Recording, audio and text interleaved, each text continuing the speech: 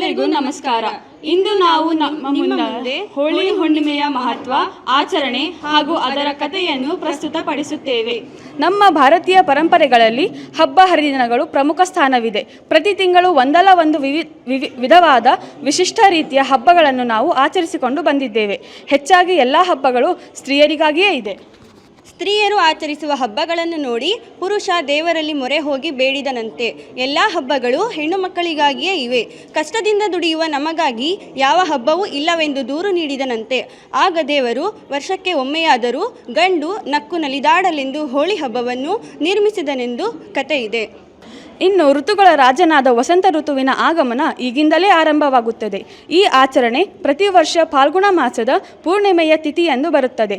ಆದ್ದರಿಂದಲೇ ಇದನ್ನು ಕಾಮನ ಪೂರ್ಣಿಮೆ ಅಥವಾ ಹೋಳಿ ಹುಣ್ಣಿಮೆ ಎಂದು ಕರೆಯುವುದು ಉಂಟು. ಈ ವಿಧದಲ್ಲಿ ಈ ಆಚರಣೆಯು ವಸಂತ ಋತು ಬರುವ ಸೂಚನೆಯನ್ನು ನೀಡುವುದರಿಂದ ಬಣ್ಣ ಬಣ್ಣದ ಸುಂದರವಾದ ಪರಮಾತ್ಮನ ಚೈತನ್ಯವಾಗಿ ನಿಲ್ಲುವ ಪ್ರಕೃತಿಯನ್ನು ನೋಡುತ್ತಾ ಪ್ರತಿಯೊಬ್ಬರೂ ತಮ್ಮ ತಮ್ಮ ಕಾಯಕವನ್ನು ಮತ್ತಷ್ಟು ಫಲಭರಿತವಾಗಬೇಕು ಎಂದು ಬೇಡಿಕೊಳ್ಳುತ್ತಾರೆ.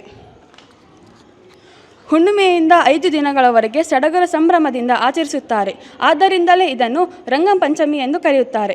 ಸಪ್ತ ಮನೋಭಾವಗಳ ವಿಕಸಿಸುವುದಕ್ಕಾಗಿ, ಜನರೆಲ್ಲ ಸಾಮರಸ್ಯ ಸಾಧಿಸುವುದಕ್ಕಾಗಿ, ಸ್ವಚ್ಛಂದ ವಾತಾವರಣವನ್ನು ಕಲ್ಪಿಸುವ ಉದ್ದೇಶಕ್ಕಾಗಿ ಹಿರಿಯರು ಈ ಹೋಳಿ ಹಬ್ಬವನ್ನು ಆಚರಿಸಿಕೊಂಡು ಬಂದಿದ್ದಾರೆ. ಇನ್ನು ಈ ಹೋಳಿ ಹುಣ್ಣಿಮೆಯ ದಿನ ಕಾಮದಹನಕ್ಕೆ ಪುರಾಣದಲ್ಲಿ ವಿಶೇಷ ಕತೆ ಕೂಡ ಇದೆ.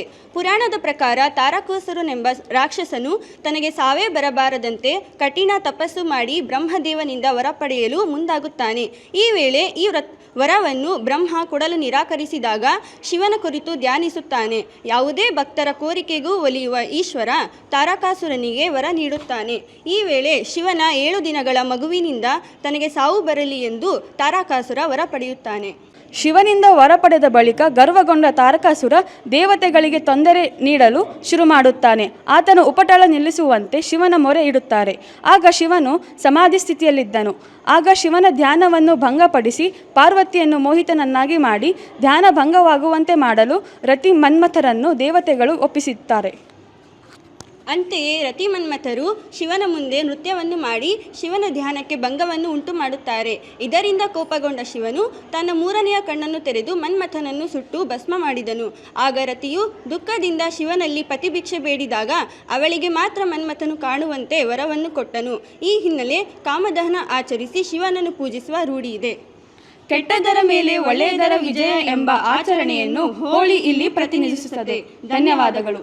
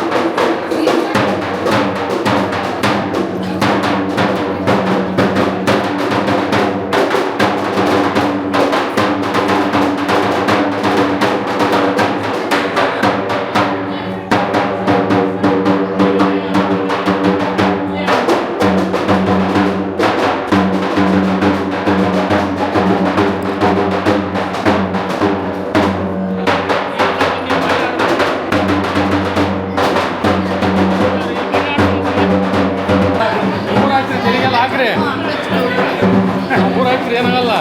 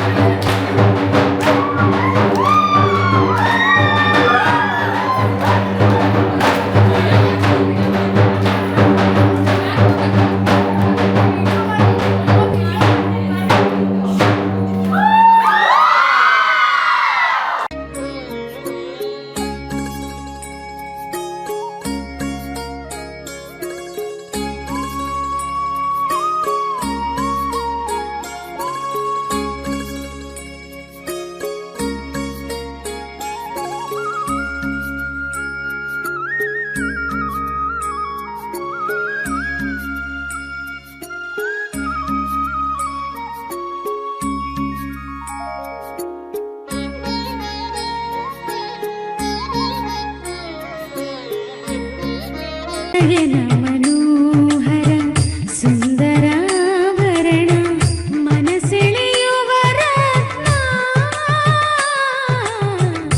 ನವರತ್ನ ಜ್ಯುವೆಲರ್ಸ್, ತೇಲ್ಕರ್ ಬೆಳ್ಳಿ ಬಂಗಾರದ ಅಂಗಡಿ, ಸಾಂಪ್ರದಾಯಿಕ ವಿನ್ಯಾಸದ BIS ಹಾಲ್ಮಾರ್ಕ್ ಆಭರಣಗಳು, ಮುಖ್ಯ ರಸ್ತೆ, ಹರಿಹರ.